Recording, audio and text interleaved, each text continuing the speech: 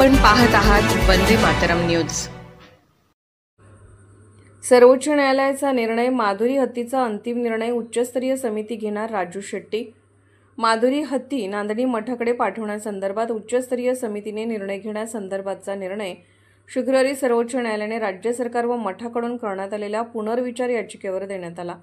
यामुळे सोमवारी उच्चस्तरीय समितीकडे नांदणी मठाकडून अर्ज करून लवकरच माधुरी हत्ती परत आणणार असल्याची माहिती माननीय खासदार राजू शेट्टी यांनी दिली। आज सर्वोच्च न्यायालयात माधुरी हत्ती संदर्भात न्यायमूर्ती जे.बी. पारडीवाला यांच्यासमोर सुनावणी झाली। यावेळी न्यायालयासमोर राज्य सरकारचे वकील ॲडव्होकेट धर्माधिकारी यांनी सर्वोच्च न्यायालयाच्या आदेशानुसार माधुरी हत्तीला वनतारा येथे पाठवण्यात आले आहे।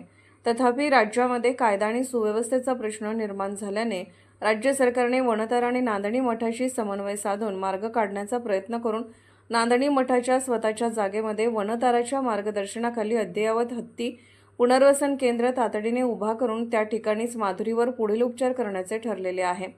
यावेळी पेटाच्या वकिलांनी माधुरी हत्तीची तब्येत खराब असल्याचे नमूद करून सध्या नांदणी मठामध्ये कोणत्याच सुविधा नाहीत असे सांगण्याचा प्रयत्न केला। त्यावेळेस न्यायालयानेही उपलब्ध कागदपत्रांनुसार माधुरी हत्तीची तब्येत खराब असल्याचे मत व्यक्त करून माधुरीवर तुम्ही उपचार कसे करणार असा प्रश्न उपस्थित केला। याबाबत बोलताना राजू शेट्टी म्हणाले की वनताराच्या वतीने सातत्याने माधुरी किती आनंदित व तब्येत चांगली झाली असल्याचे व्हिडिओ वारंवार समाज माध्यमांवर सादर केलेले आहेत। त्यामुळे पेटाकडून हेतुपुरस्सर खोटा प्रसार केला जात आहे। सुनावणीस उपस्थित वनताराच्या वकिलांनी युद्धपातळीवर तातडीने नांदणी येथे पुनर्वसन केंद्राची उभारणी करून उच्चस्तरीय समितीच्या देखरेखीखाली त्या ठिकाणी माधुरीची सर्व काळजी घेणार असल्याचे सांगितले। दरम्यान सर्वोच्च न्यायालयाने नेमकी उच्चस्तरीय समितीची कार्यकक्षा काय आहे अशी विचारणा केली, तेव्हा राज्य सरकारच्या वकिलांनी देशातील पाळीव हत्तीच्या संदर्भात देखरेख करणारी ही समिती असल्याचे सांगितले। त्यानुसार सर्वोच्च न्यायालयाने उच्चस्तरीय समितीने माधुरीच्या हत्तीबाबत सर्व निर्णय घ्यावा असे निर्देश दिले। यावेळी ॲडव्होकेट सुधांशु चौधरी, ॲडव्होकेट आनंद लांडगे, ॲडव्होकेट योगेश पांडे, सुदीप जैन मेरठ, विशाल नेहरा आदी सुनावणी दरम्यान उपस्थित होते।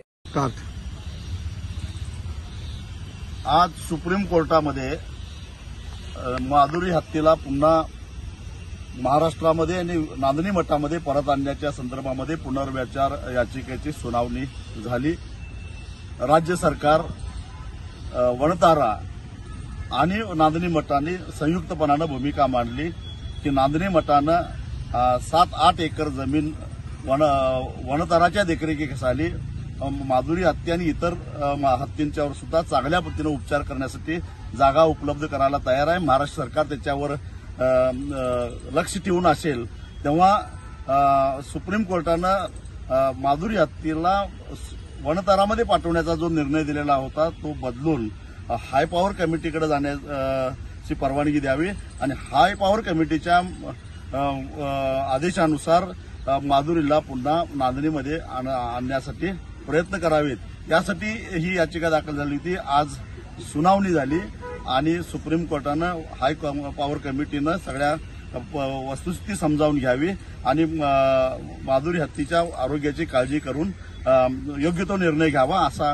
अत्यंत महत्वाचा असा निर्णय घेतलेला आहे। म्हणजे हायकोर्ट आणि सुप्रीम कोर्टाचा आता अडथळा संपलेला आहे आणि आता सोमवारी राज्य सरकार, वनतारा आणि नांदणी मठ हे संयुक्तरित्या हाय पॉवर कमिटीकडे अर्ज करतील आणि एक प्रकारे माधुरी हत्तीला नांदणीमध्ये परत आणण्याचा मार्ग काही अंशी सुकर झालेला आहे।